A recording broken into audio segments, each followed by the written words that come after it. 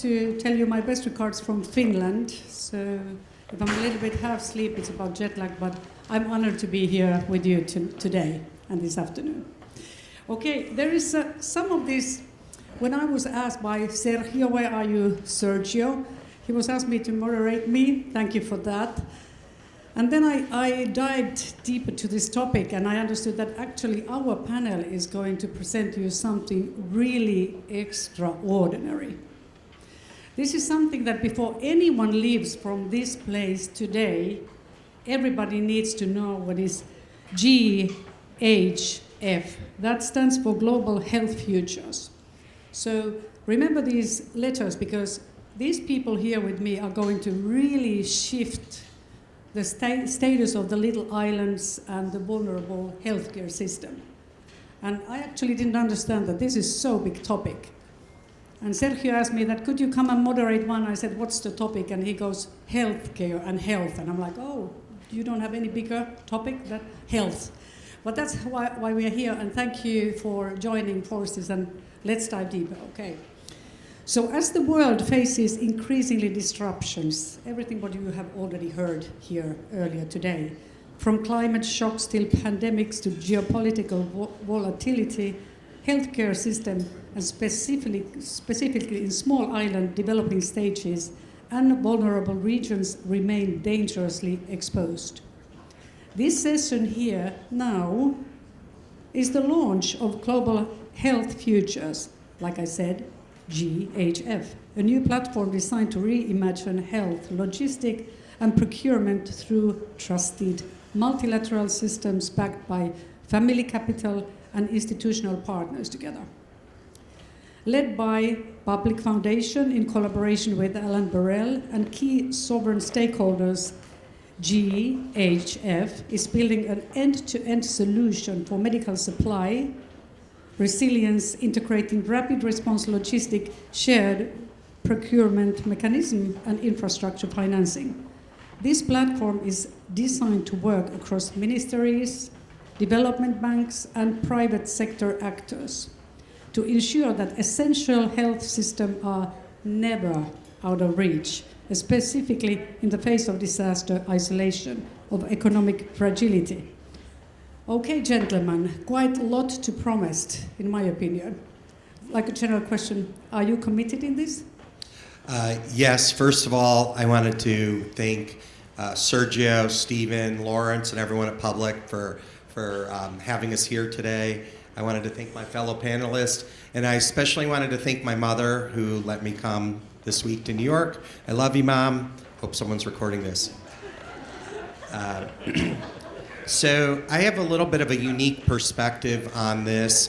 I'm a family practice physician. My family owns a global healthcare company called J&B Medical. My mother owns 100% of J&B, so we say she's boss at home and at work. I'm sure many in this room can appreciate. But we have 18 different business enterprises. We're in 49 states, 28 countries. Part and parcel, we deal with distribution. We've been dealing with it for 28 years. I've got more scars than stars. Let me tell you one lesson learned and why this is so important. During the pandemic, we realized that the global medical supply chain is the proverbial 8-track tape, and it needs to be the proverbial iPhone. I couldn't believe how many transactions I was getting, tens of millions of dollars or more on paper. The whole system of logistics, insurance, finance is antiquated. When things went wrong, it took way too long to figure out where it went wrong. And I think this big, bold idea is something that's long overdue. Okay, thank you very much. John, my question was, are you committed to this new launch? Yes, I've been committed many times. So yes, I am committed to this. I've seen this happen quite a bit, involved in early technology for disaster recovery and management for multiple agencies here in the U.S., involved in the recovery efforts in a lot of charitable work down in Haiti after the earthquake. And what I've seen is time and time again that these systems continue to fail, and they fail repeatedly because nobody wants to learn from the failures. And they just try to implement the same technologies and services, and there's way too much red tape and too much interagency management that goes on, not just domestically, but internationally. I've seen it with Red Cross and even with UN operations around the world. So it's about time that people learn. I think that the application of AI is going to be extremely important because predictability is what we're talking about. Predictability of every facet of the supply chain, every facet of the manufacturing part, every facet of the R&D that's going on. And if you can't implement predictability, then you're doomed to fail again. So, thank you. Let's go to the first question, which is, when we speak about healthcare resilience in action, what does that mean to you, and how does this new platform aims to change the way healthcare system responds to crises? Okay, would you like to start? Yeah, so we've seen a lot of recent examples. Of course, everyone remembers the pandemic, but more recently, there was a hurricane. Baxter's factory that makes IV fluids got hit in North Carolina, and we had a huge shortage of IV fluids globally. So even after the pandemic, there's lessons we didn't learn. The other big risk is geopolitical. 70% of all drugs, pharma, one way or another, the ingredients come from either India or China. And with the geopolitical tensions, I think there's a tremendous risk for disruption of the global pharma chain in particular. Thank you. John? yeah, I agree with that 100%. I actually think that there needs to be strategic stockpiles built around the world, and that they need to be done outside of the geopolitical arena. It would be really good to see if nonprofits as well as family offices could get involved and build an escrow structure that would allow for the accumulation of very critical, not only ingredients, but technologies that could be strategically placed around the world, so that when there is disruption, it can be handled quickly. Excellent. One of the themes here is a sovereign access. And why is it so critical for countries, especially smaller and more vulnerable nations, to have? So there's a really good comparable effort that happened in 2000. A bunch of folks, the Gates Foundation, a variety of governments, sovereigns, key stakeholders came in and set up the Global Alliance for Vaccines and Immunizations called Gavi. Today, over 1 billion people have been, billion children have been immunized in 78 impoverished countries. They've saved 18.8 million lives, and there's $250 billion worth of economic impact. A lot of people don't factor that. You know, when you help people reach their health potential, they can reach their human potential, and so by keeping folks alive and healthy, they become productive. So I think Gavi is a great example for this new big, bold idea, and it was very impactful. Thank you. John? Well, being firsthand down in Haiti for quite a few years after the earthquake, I saw tremendous failures down there. And a lot of it had to do with the fact that these small islands don't have the resources to be able to sustain themselves during such as a pandemic or a critical earthquake or hurricane or whatever. And they deserve to have equal access to everything that everybody else has around the world. I think that the political nature of how borders get closed or islands get shut off is something that needs to be looked at. And it has to change, and it has to change dramatically, because the next pandemic is around the corner. It will happen. It's not if it'll happen. That's nature. Nature just changes and adapts to attack you any way it can. So if we do not have a foundation from the standpoint of open policies to support the island nations so that they're treated equally, then we're just going to see history repeat itself again.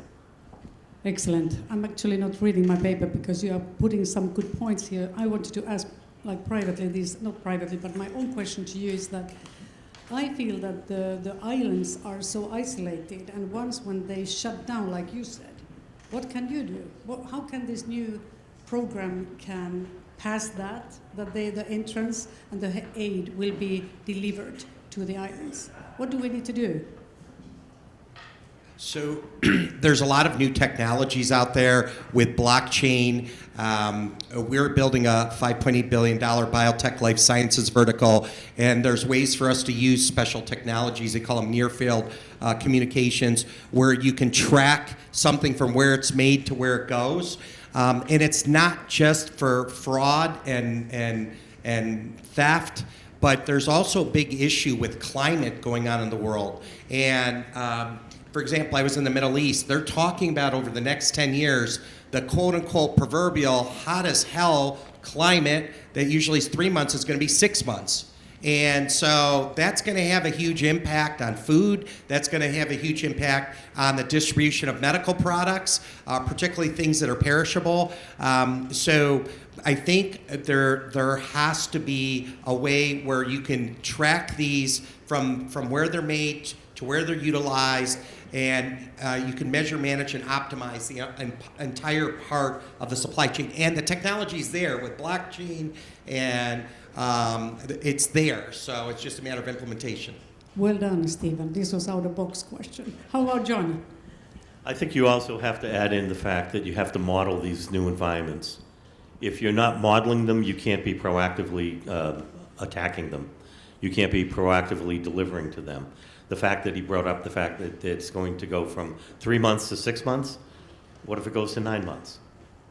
How are you going to handle it? How are you doing modeling for climate and change around the world? And not just climate, even geopolitical. What's happening with treaties? What's happening with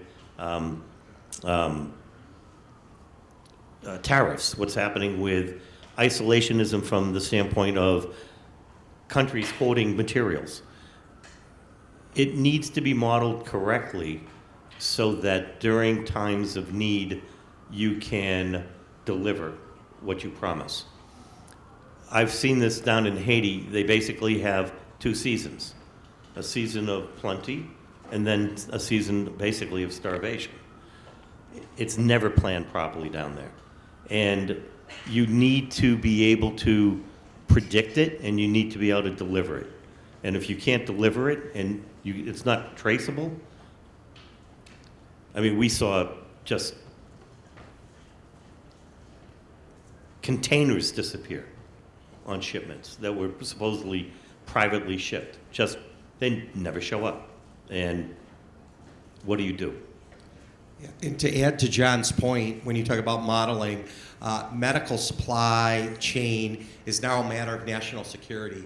You know, procurement of medical products and services. And so many places, including the United States, they now have an undersecretary of the Department of Defense for preparation and readiness, focused particularly on healthcare supply chain. So I think there's a recognition of that. Yeah, but we have to go beyond recognition.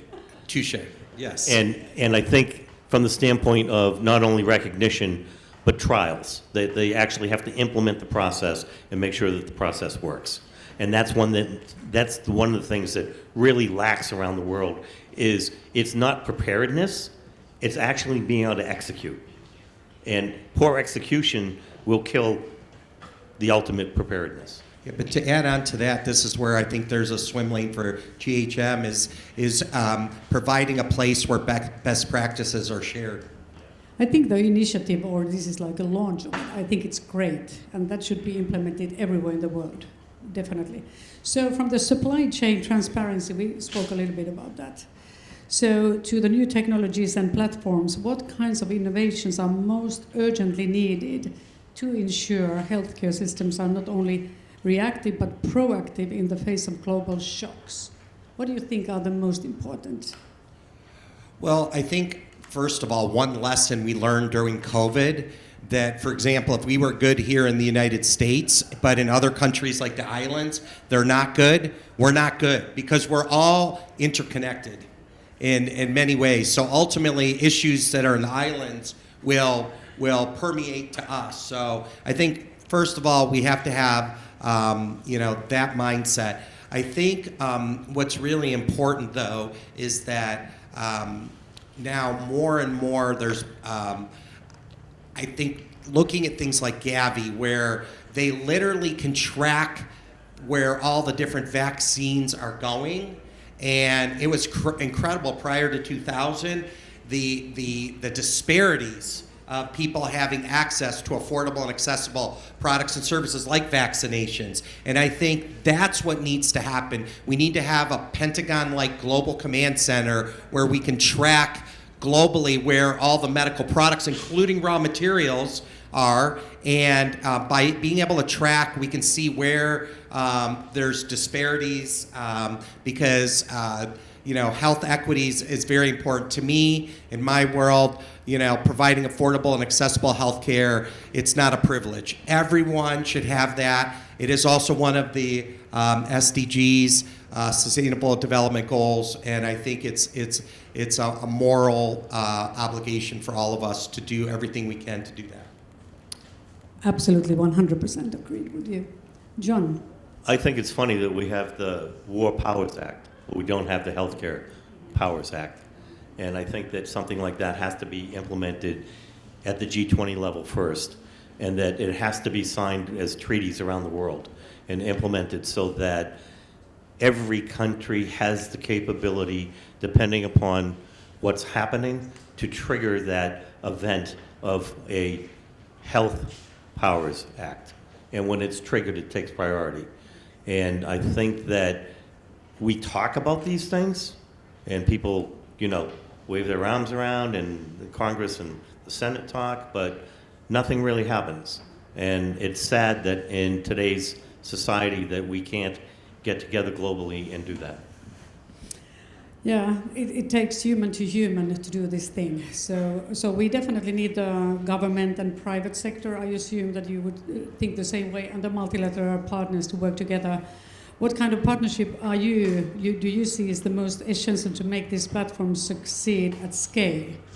Because this platform is fantastic, but who are the big players? Who are the key elements? What are the biggest tools that we need in order to make this success? John, you could start. I think that number one is transportation and delivery. You could make everything you want, but if you can't get it to where it's supposed to be, and if you don't understand the nature, such as building freezer chests that could be shipped anywhere in the world to preserve the vaccinations that were being shipped during the pandemic, simple things like that, and being able to trigger the capability to deliver, I believe, is the most important thing. And the only way you can do that is escrow strategically around the world and ensure that when the trigger is pulled, that transportation is there. And that's going to be a relationship between government and private to get that done. Stephen? Well, I agree with the public-private partnerships, and yes, there's a lot of key stakeholders for sure, including the logistics component, but I think this is why public foundation is so important. Bringing people together where they can talk, they can communicate, and build bridges across the religious, the political, the socioeconomic divide, whether we're some big industrialized country or we're the islands. And, they're having groups like them that are connective tissue. Margaret Mead said it best: never doubt that a group of thoughtful, committed people can change the world. Indeed, it's the only thing that ever has. And I believe that's the opportunity we have, leveraging the platform that the Public Foundation has put together. Thank you, Stephen. And the last 30 seconds to you, John. Well, as my father always said, plan your work and work your plan. And I think that's the most important part, is how do you execute after you do all the planning? Today, a lot of people just plan and they dissipate, and the plan is never put into action. So now you say that this is all now about let's do the action move. Yeah, so now everybody, thank you for listening us. This was the GHF that I want you everybody to remember and support this initiative. It's beautiful, and Thank you, public, for doing this. It's amazing. And thank you, panelists, and thank you all. Thank you.